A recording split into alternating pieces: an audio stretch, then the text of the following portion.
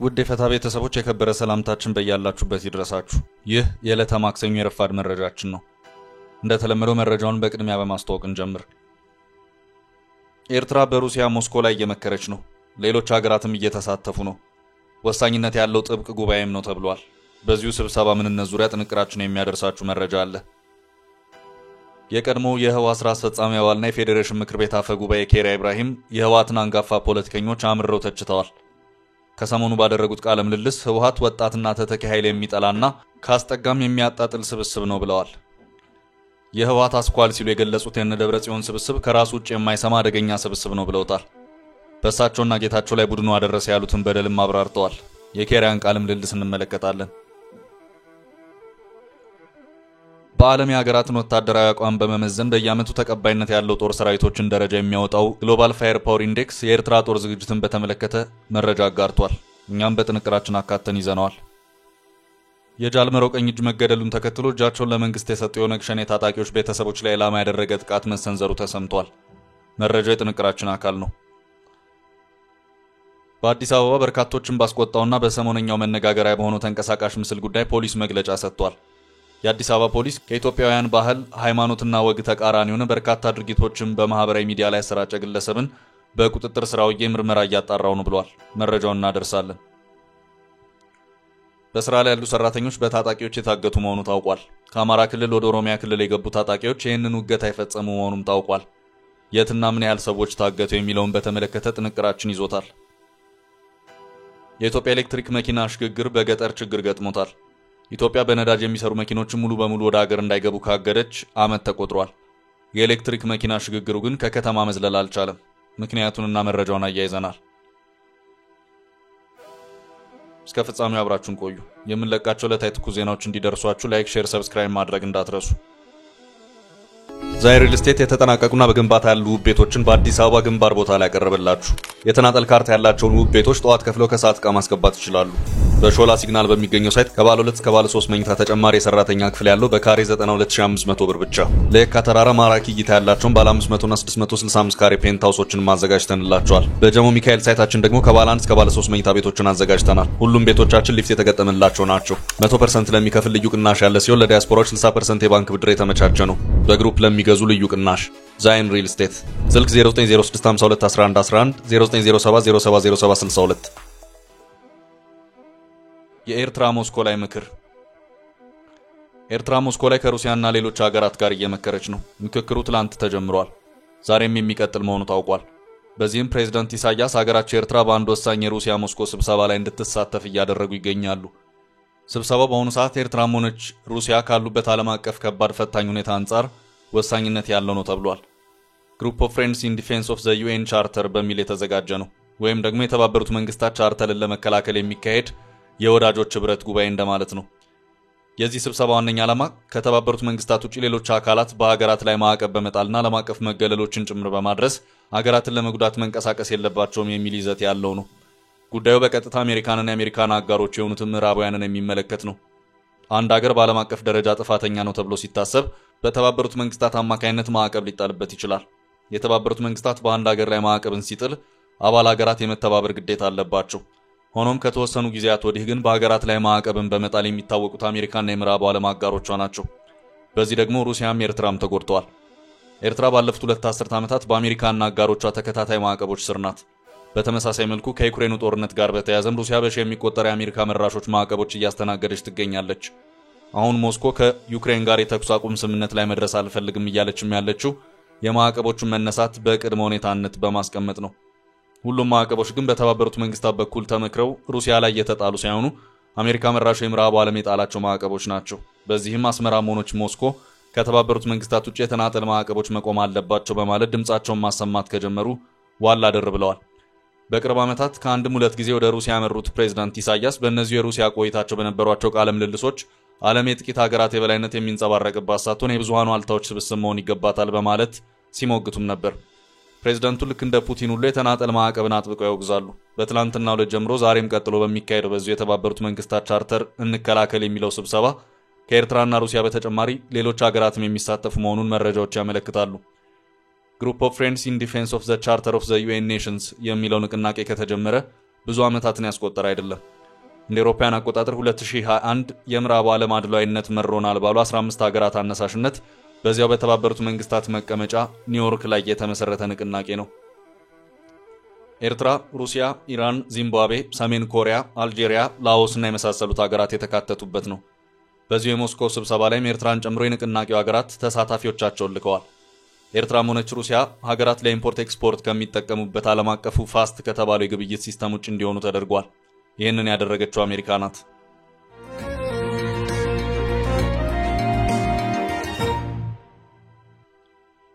ወደ ቀጣይ መረጃ አለፍ።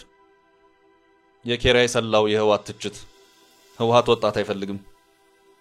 የቀድሞ የህወሓት ስራ አስፈጻሚ አባልና የፌዴሬሽን ምክር ቤት አፈ ጉባኤ ኬሪያ ኢብራሂም የህወሓትን አንጋፋ ፖለቲከኞች አምርረው የወነጀሉበትን ቃለ ምልልስ አድርገዋል።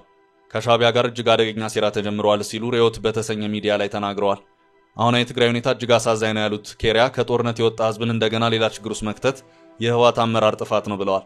ኬሪያ እንደሚሉት ከሆነ ህወሓት ወጣትና ተተኪ ኃይል የሚጠላና ካስጠጋሚ የሚያጣጥል ስብስብ ነው። ኬሪያ በ2008 ዓ.ም የህወሓትን ስራ አስፈጻሚ ከተቀላቀሉ ሁለት ወጣት አመራር መካከል አንዱ እርሳቸው እንደነበሩ ያስታወሱት በወቅቱም ፓርቲውን ሲቀላቀሉ ጌታቸው ረዳ ሌላኛው ወጣት አመራር ነበር ብለዋል።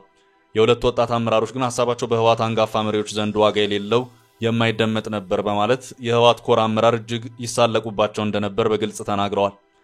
ህወሓት እኔ ላይም ሆነ ጌታቸው ረዳ ላይ እጅግ በርካታ አቅምና ሀብት ኢንቨስት አድርጓል የሚሉት ኬሪያ ነገር ግን ሊጠቀምብን አልፈለግም፣ የህወሓት አስኳል ከራሱ ውጭ የማይሰማ አደገኛ ስብስብ ነው ሲሉ አምርረው ተችተውታል። በዚህም ሰዓት ድጋሚ በክልሉ የጦርነት ስጋት እንዳጠላ የሚናገሩት ኬሪያ ለዚህ ምክንያቱ የስልጣን ጥማት ነው ብለዋል። የትግራይ ህዝብ ሰላምና መረጋጋት ብቻ ነው የሚፈልገው ያሉት ኬሪያ ህዝቡ ለጦርነት የተፈጠረ ይመስል ዳግሞ ወደ ጦርነት እንዲገባ እየተማገደ ነው ብለዋል። ከሻዕቢያ ጋር እየተደረገ ያለው አደገኛ አካሄድ ዓላማውና ግቡ ምንድነው ሲሉ የጠየቁት ኬሪያ ፌደራል መንግስትን አስወግዶ እንደገና መንገስ የሚል ሐሳብ ነው ሲሉ ተሰምተዋል። ጦርነት ከፍተን መስዋዕትነት ከፍለን የምናሰነብተው ስልጣን ይበቃናል ነው ያሉት። የክልሉ ኃይልና የፌደራል መንግስት የሰላም አማራጭን አሟጣው እንዲጠቀሙ ምክር ለግሰዋል።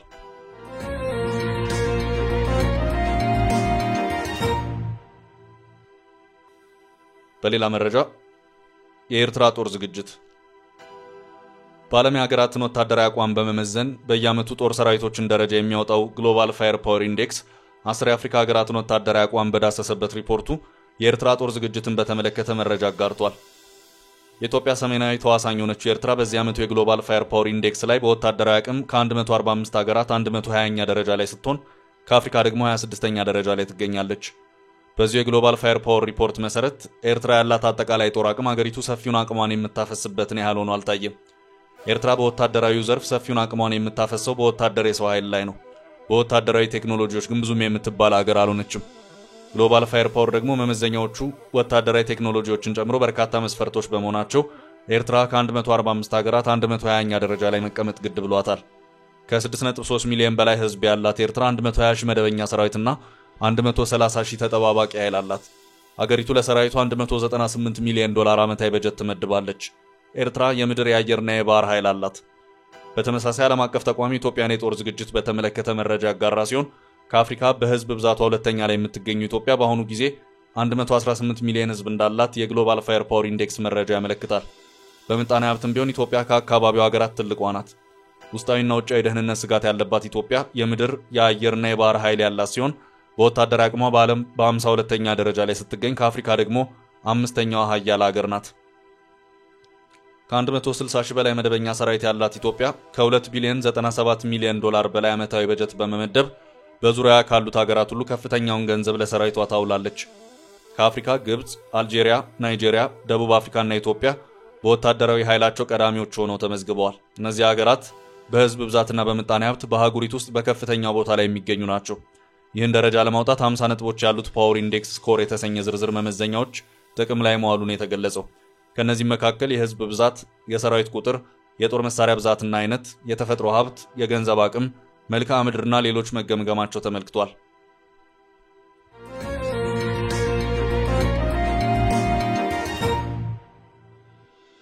በቀጣይ ርዕስ በአመራሩ ግድያ አጸፋ ጥቃት ተሰነዘረ። የጃልመሮው ቀኝ እጅ መገደሉን ተከትሎ እጃቸውን ለመንግስት የሰጠው የኦነግ ሸኔ ታጣቂዎች ቤተሰቦች ላይ ኢላማ ያደረገ ጥቃት መሰንዘሩ ተሰምቷል። ከሳምንት በፊት መከላከያ በዚሁ በኦነግ ሸኔ አመራር ጉዳይ በሰጠው መግለጫ ሾዴ በመባል የሚታወቅ የኦነግ ሸኔ የወለጋ አመራር በጃልመሮ በተሰጠው ሹመት የአጠቃላይ የወለጋ ዞኖች አዛዥ ተደርጎ ሲሰራ የነበረ መሆኑን መግለጹ ይታወሳል። ሾዴ የጃልመሮ ወሳኝ ቁልፍ ሰው ስለነበር ከወራት በፊት መንግስትና የኦሮሞ ነጻነት ሰራዊት ታንዛኒያ ላይ ባደረጉት ድርድር ከእርሱ ጋር አብሮ ወደ ታንዛኒያ በማምራት ከመንግስት ጋር የተደራደረም ሰው እንደነበር መገለጹ አይዘነጋም።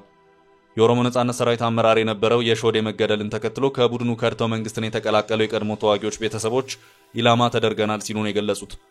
በዚህ ጉዳይ አንድ የሀገር ውስጥ የመረጃ ምንጭ ባሰራጨው መረጃ ከአመራሩ ግድያ በኋላ የኦሮሞ ነጻነት ሰራዊት ተጠያቂ ያደረገው የራሱን የቀድሞ ታጣቂዎች ነበር። እነዚህ ደግሞ ከድተው መንግስትን የተቀላቀሉት ናቸው ያሉ አንድ የአካባቢው ነዋሪ የእነዚህ የከዱ ታጣቂዎች የትውልድ ቦታዎች ኢላማ እንደሆኑ መናገራቸውን የተገለጸው። ታጣቂዎቹ በተመሳሳይ ወደ ሌላኛው ለመንግስት እጁን የሰጠ የቀድሞ ታጣቂ የትውልድ ቦታ ወደ ሆነው ጋርባ ጉዲና ቀበሌ በመግባት 5 ሰዎችንና የቤት እንስሳቶቻቸውን ይዘው እንደሄዱ እንዲሁ ተገልጿል። እድሜያቸው ከ7 እስከ 60 የሚሆኑ የአንድ ቤተሰብ አባላት መገደላቸው እንዲሁ ተመልክቷል። በዚህ ዙሪያ እስካሁን በመንግስት አካላትም ሆነ በኦሮሞ ነጻነት ሰራዊት የተሰጠ መግለጫ የለም። መከላከያ ሰራዊት መጋቢት 27 ቀን 2017 ዓ.ም ባወጣው መግለጫ የጃልመሮ ዋና ሰው የነበረው እንዲሁም በታንዛኒያው ድርድር ከጫካ ወጥቶ ታንዛኒያ ዳሬ ሰላም ድረስ ከመሮ ጋር ተጉዞ የሸኔ ሽብር ቡድን ተደራዳሪ የነበረው ሾዴ በተወሰደበት እርምጃ ተገሏል ማለቱ ይታወሳል። ሾዴ ከታንዛኒያ መልስ የአጠቃላይ የወለጋ ዞኖች አዛዥ ተደርጎ በመሮ ተሹሞ የነበረ መሆኑንም መከላከያ አስታውቆ ነበር። አመራሩ በምስራቅ ወለጋ ዞን ሃሮሊሙ ወረዳ ገንጂ አካባቢ ከኮርማ ወንዝ ወደ ሱጊ በሚወስደው መንገድ ላይ በሞተር ሳይክል ተደብቆ ሲጓዝ የጸጥታ ኃይሎች ባገኙት መረጃ መጋቢት 26 ቀን 2017 ዓ.ም አመሻሽ ላይ እርምጃ እንደተወሰደበት መንግስት አስታውቆ ነበር።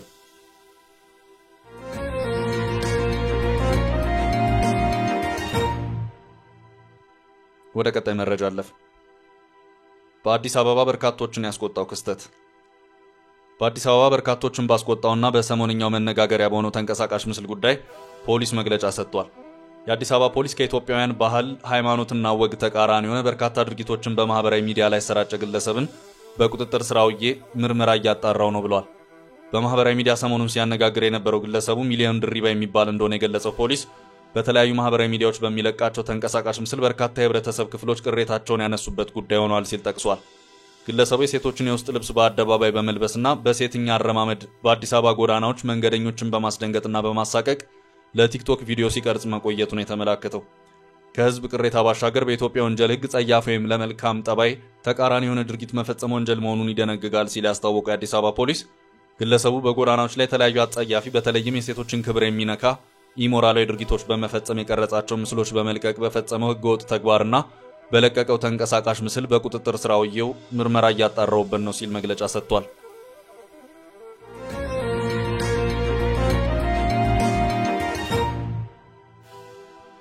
ወደ ቀጣይ መረጃ አለፍ። ሰራተኞች ታገቱ። በተለያዩ አካባቢዎች በዜጎች ላይ የሚደርሱ እገታዎች አሁንም እንደቀጠሉ ናቸው። ለዓመታት የቀጠለው ችግር እስከ ዛሬም ድረስ ይህ ነው ሊባል የሚችል መፍትሄ ሊያገኝ አልቻለም። በኦሮሚያ ክልል ሰሜን ሸዋ ዞን ወረጃ አርሶ ወረዳ ልዩ ስሙ ፍልቅልቅ በተባለ ስፍራ በአንድ ፋብሪካ ሰራተኞች ላይ ታጣቂዎች እገታ መፈጸማቸውን የዋዜማ ዘገባ አመልክቷል።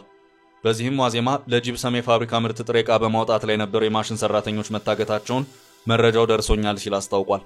እገታው የተፈጸመው በትላንትናው ዕለት ሲሆን የታገቱትም 10 እንደሚሆኑ በዚሁ ዘገባ ተመላክቷል።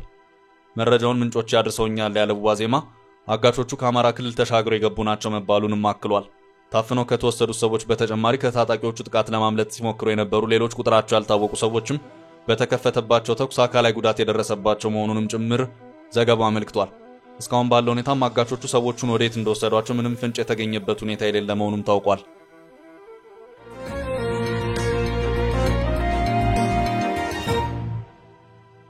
ወደ ቀጣይ መረጃ አለፍ። የኢትዮጵያ ኤሌክትሪክ መኪና በገጠር ችግር ገጥሞታል። ኢትዮጵያ በነዳጅ የሚሰሩ መኪኖችን ሙሉ በሙሉ ወደ ሀገር እንዳይገቡ ካገደች ዓመት ተቆጥሯል። ከ2014 ጀምሮ የኤሌክትሪክ መኪኖች ብቻ እንዲገቡ በማድረግ አገሪቷ በዓመት ለነዳጅ የምታወጣውንና እጅግ ከብዶኛል ያለችውን $5.5 ቢሊዮን ለማስቀረት አልማለች። ይሄ ጥረቷ ታዲያ ከከባቢ አየር ጥበቃና ተከራካሪ መሰል ቡድኖች አድናቆት ያገኘውን ያህል ብዙ ጫጫታ የሚያስነሳ ብዙ ቅሬታዎችን በአገር ውስጥ ያመጣ ነበር። የኤሌክትሪክ መኪና ገዝተው በቻርጅና ባትሪ የተሰቃዩ አማራጭ እውነታውን የሚያንጸባርቅ አይደለም ይላሉ።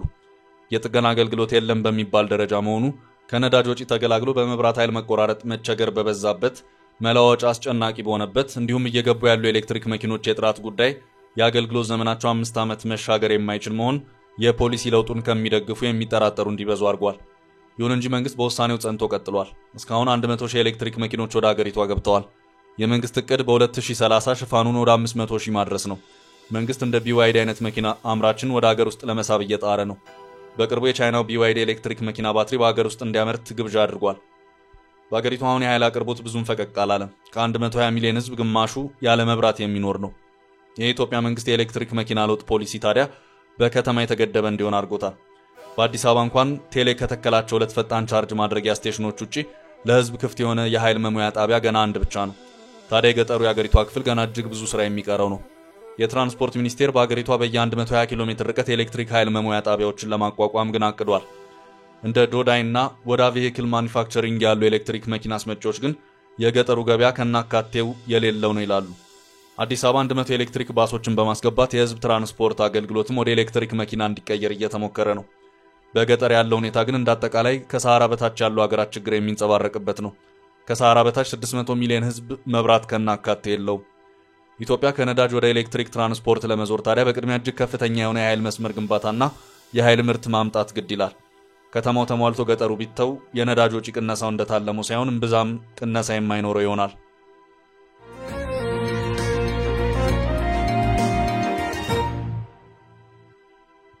በመጨረሻም ሩሲያና ግብጽ ወታደራዊ ልምምድ በባህር።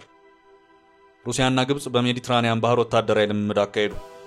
የወዳጅነት ብሪጅ 2025 የተባለው የሁለትዮሽ የባህር ኃይል ልምምድ ከመጋቢት 28 እስከ ሚያዝያ 2 ድረስ እንደተካሄደ የሩሲያ ባህር ኃይል አስታውቋል። የባህር ዳርቻ ልምምድ፣ የባህር ጎዶች፣ የተኩስና የባህር መርከቦች ቁጥጥር ልምምድ አድርገዋል።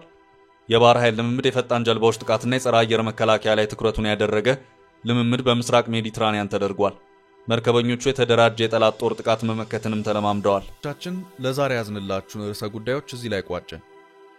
ላይክ፣ ሼር እና ኮሜንት በማድረግ ለቻናላችን ድጋፋችሁን መግለጽ እንዳትዘነጉ እያልን ከሌሎች መረጃዎች ጋር ደግመን እስክንገናኝ ቸር ያሰማን ስንል ተሰናበትን።